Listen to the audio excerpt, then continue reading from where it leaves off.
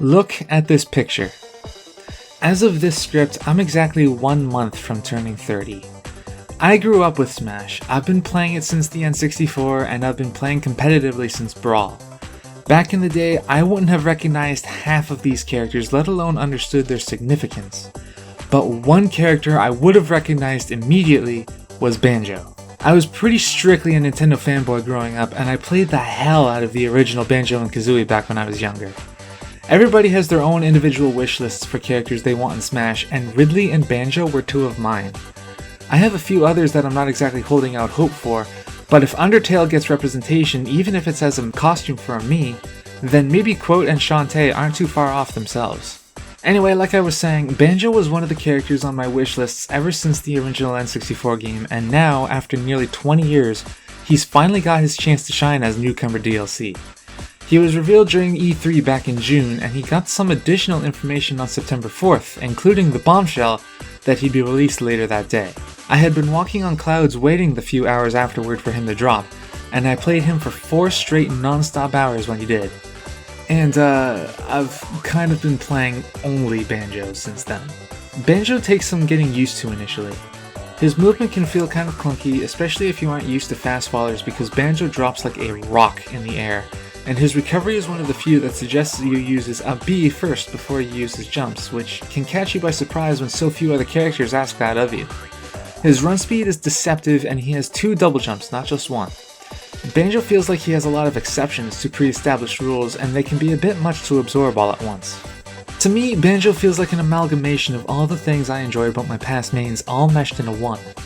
I used to main Wario in Brawl, and Banjo's Wonderwing has a similar mechanic in Waft, in that it's an absurdly powerful technique without a lot of downside, but requires some resource management. I used to main Duck Hunt in Smash 4, and Banjo's Rear Egg reminds me a lot of how the can worked in that game, with understanding how to best utilize it, and how to get the best combos and follow-ups off of Confirm. And I still main Ridley in Smash Ultimate, and Banjo doesn't have a hard time building up damage or securing kills, just like Ridley can. I put off making this video for a week and a half because, although it meant I wouldn't be riding the wave of hype as well as I could be and getting as many clicks as I can, I wanted to understand the character as thoroughly as possible and make as well-informed a guide as I could. Now that he's been out for a week, I'm confident that I know enough about him to put my thoughts out on how to effectively use him. As always, we'll start with the weaknesses, although, to be totally honest with you, Banjo doesn't have a lot of them.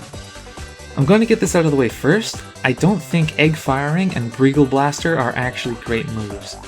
Egg Firing by itself is an okay long-distance projectile like a discount Mario Fireball, but a lot of Twitter combos you see of Banjo doing Breagle Blaster shenanigans are only that. Twitter combos. If you want to put the time and effort into learning Breagle Blaster follow-ups, more power to you, but I don't think it's worth it. Of course, it's still only a week in, and opinions can change. I mentioned earlier that Banjo is a fast faller, meaning he falls from the air faster than most other characters, similar to Fox. According to Kurogane Hammer, Banjo shares the same fall speed as Incineroar. This by itself isn't a weakness, and depending on how you look at it, it could be construed as a strength. Not a lot of characters prefer being in the air than on the ground, and Banjo is one of them. A higher fall speed also means being able to survive from vertical attacks a little easier. The issues come when Banjo is knocked off stage and needs to recover. His up B, Shock Spring Jump, has 0 horizontal momentum, and his airspeed is the 8th worst in the game, topped with Dr. Mario. On top of both of those, Banjo, while he does have 2 double jumps, they get him next to no actual height.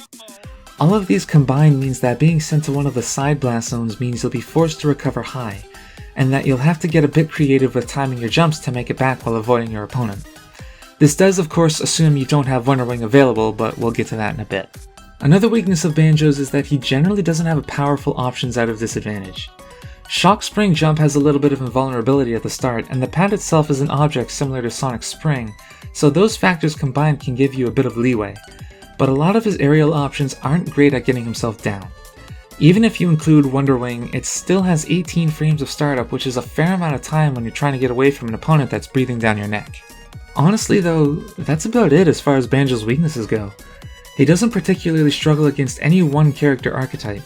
He has the tools to deal with zoners, brawlers, rushdown, and bait and punish, and although his aerial mobility options tend to struggle a bit, he has more than just Wonderwing to help supplant them and survive in nearly any situation. Banjo is a powerful character, and although I'm not confident in his tier placement after only 1 week, The more you play him, the more you come to realize that, if he doesn't have the sauce, he at least has the ingredients to make the sauce. Banjo has a lot of tools at his disposal to make him a viable competitive threat. He wouldn't be a DLC character if he didn't. We'll start with the easy stuff. First, thanks to Talon Trot, Banjo, or technically Kazooie, is actually the 10th fastest runner in the game, just ahead of Cloud and just behind Ridley. On top of that, Banjo is also a heavyweight, weighing as much as Snake and Rob. He has the speed to make for a quick, fierce opponent on the ground. He has the weight to survive more hits than you think he should, especially with his enhanced fall speed, and he can act out of Shock Spring Jump, meaning he's basically allowed to recover high for free, just like Snake. Although his animations are kind of janky and they don't look like they convey their hitboxes very well, the truth is that a lot of his moves are quick as can be, and many of them have reach that can rival a sword user. His jab has generous range, and it's good at vacuuming opponents in for follow-up attacks, and it comes out on frame 4, same as Ridley's. Any attack that uses Kazooie, forward tilt, down tilt, forward smash, up air, etc., will have a fair amount of disjoint to it as well. Banjo runs like a lightweight, hits and survives like a heavyweight, and has the reach of someone with a weapon. Those qualities may sound familiar and may help explain why I'm enjoying Banjo so much. Let's go over a couple of his better attacks and their utilities. These aren't in any order, and they're just moves that I personally tend to use more often than others, and I'll go over why they might be attractive options. Although Banjo doesn't do as well in the air as most of the cast, one of his most reliable attacks will be his forward air for both damage and killing. It's generally a better Dr. Mario's. It can't ever spike despite the motion of his arm, but it does do 0.4% more damage than Doc's. It comes out 1 frame faster than Doc's.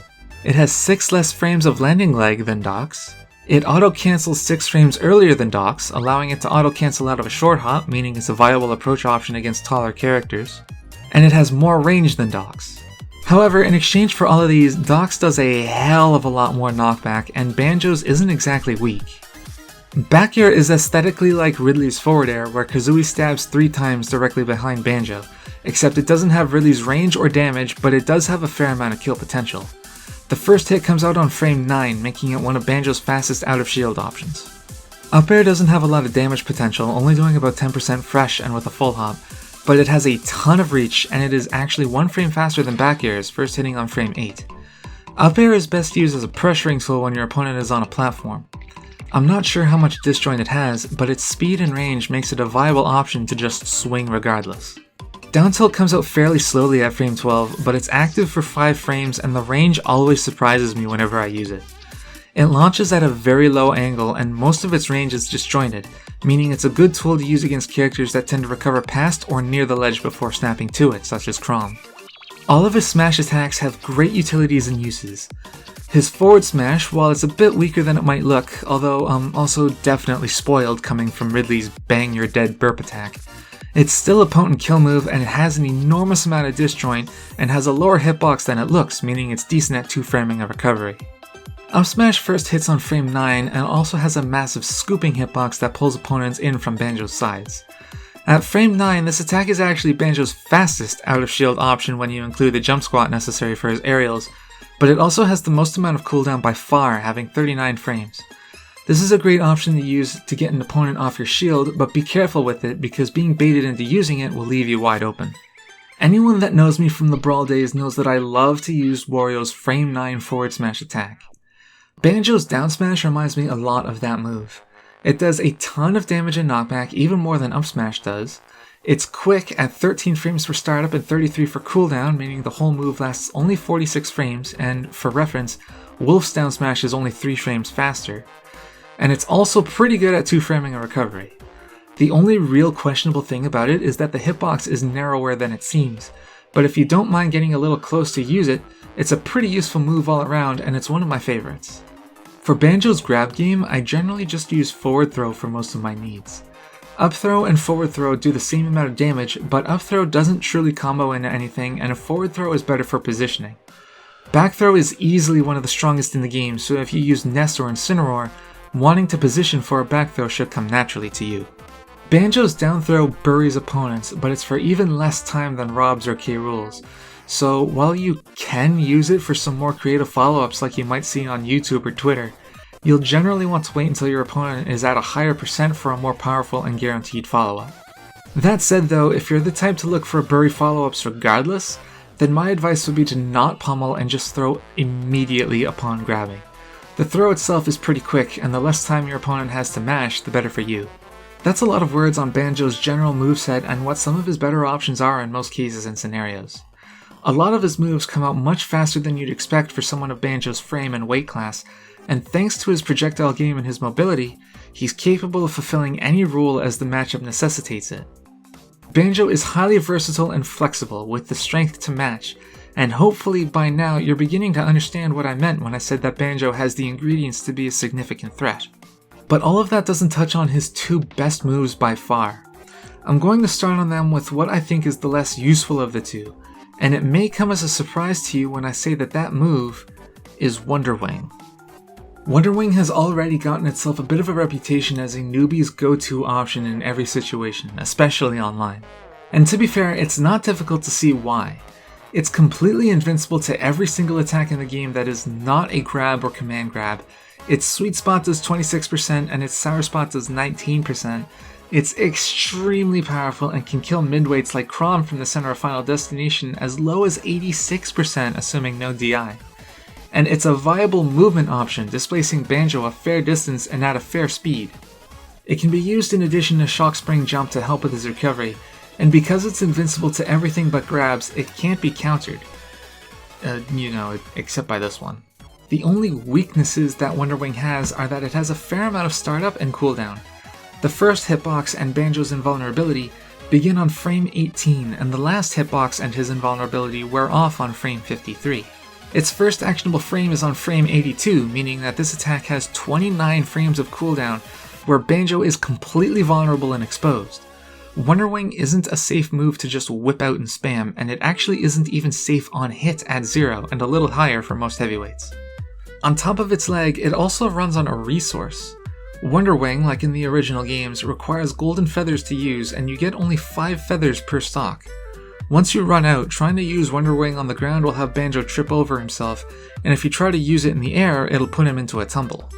Despite these shortcomings though, it'd be wrong to say that Wonderwing is a bad move in any honest capacity. Come on, it literally can't lose to anything except grabs, and it absolutely brutalizes anyone on hit. Even its latest hitbox is an extraordinary kill move. Wonderwing also snaps to ledge at any point during the attack, and if you miss by aiming too low, you'll bonk, which will lift you to the ledge safely. If you need to recover and your opponent chases, and they don't have a command grab, Wonderwing will get you back to the ledge for free. Aside for if your opponent is at 0%, there isn't really a wrong way to use Wonderwing. Most players will reason that, since the attack has only 5 uses per stock, they shouldn't use it at all unless it's a guaranteed hit, or maybe they should save it for recoveries only. But you're removing an attack of yours that has an extraordinary amount of utility and power just because of a number. It doesn't hurt your future stocks to use the feathers that you have, so outside of gimps or spikes, if you die while you still have feathers in your inventory, I'd consider that to be a waste. How you want to use Wonderwing is totally up to you. You could choose to use one every time either you or your opponent, or both, has taken 20 or 30%. You could only use them to get out of disadvantage. If your opponent is spacing in neutral, or if they're using lots of projectiles, you could force them to stop and react to Wonderwing, etc. My personal favorite is using it to punish double jumps. If you're at high percent, you could opt to save your last feather or two for if you need to recover. It doesn't matter how you use it, so long as you do and you use all 5 before you lose your stock. Wonderwing is a medium risk, high reward attack at worst, and if you don't use your feathers, you'll lose them for nothing. So you might be thinking, if Wonderwing is honestly this powerful of a move and I don't think it's Banjo's best move, then what is? Basically, there isn't really a time you shouldn't be using Rear Egg. The grenade first spawns on frame 10 and then detonates 143 frames, or 2.38 seconds after. How much damage it does depends on its velocity when it hits its target. Anywhere from 9.3 at its lowest to over 15% if you grab it and smash throw it. The grenade behaves like a bomb or like the little Lynx bombs, in that if you hit your opponent with it, then the explosion won't hurt you no matter how close you are to them at the time of impact, provided you are not literally holding it at the time. The grenade explodes as soon as it hits an opponent, and it's actually considered to be 2 hits. one for the actual impact and one for the explosion, so Ryu and Ken can't focus through it. When someone is hit with a grenade, the angle it sends them depends on which side of their body the grenade hits. If the grenade hits them from the right, it'll send them left, and vice versa. It can be DI'd slightly, and despite the fair amount of damage it does, it has very little knockback, so it's not a kill move. However, personally, I consider the little amount of knockback it does to be a positive thing.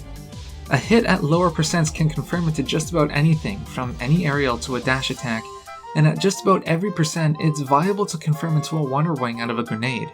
It's primarily a combo tool, very reminiscent of Diddy Kong's banana, and it's amazing at building up damage by itself. Because it comes out on frame 10, which, just for reference, is exactly as fast as Ridley's forward tilt, it's actually something of a viable approach option. Getting right up to your opponent and farting out a grenade isn't a threat to yourself because the explosion doesn't affect Banjo if it also hits an opponent. Retreating and throwing out a grenade will force your opponent to prioritize between chasing you and dealing with a grenade, and since the egg has such a short timer, they generally can't grab it and toss it back without sacrificing something in exchange, such as positioning or momentum. Recovering high and then reversing a rear egg is one of my favorite ways to get out of disadvantage because the grenade can cover your fall. Alternatively, you can catch the egg yourself with an attack, an air dodge, or a Z catch, and you can either throw it to try and pressure your opponent that wants to chase you, or you can hold onto it and blow yourself up to give yourself another shock spring jump. Using rear egg in the air will pop Banjo up slightly, but only on the first egg. All the other eggs won't do that, but that doesn't matter because the grenade falls faster than Banjo does, so you can still catch it on the way down. Shortly after Banjo's release, a method was discovered where Banjo can give himself grenades and shock springs almost endlessly, to give himself an infinite vertical recovery, similar to Snake in his C4. If an opponent is off stage and is recovering low, you can send a raw grenade to plummet downward while you yourself cover any option if they try to recover high.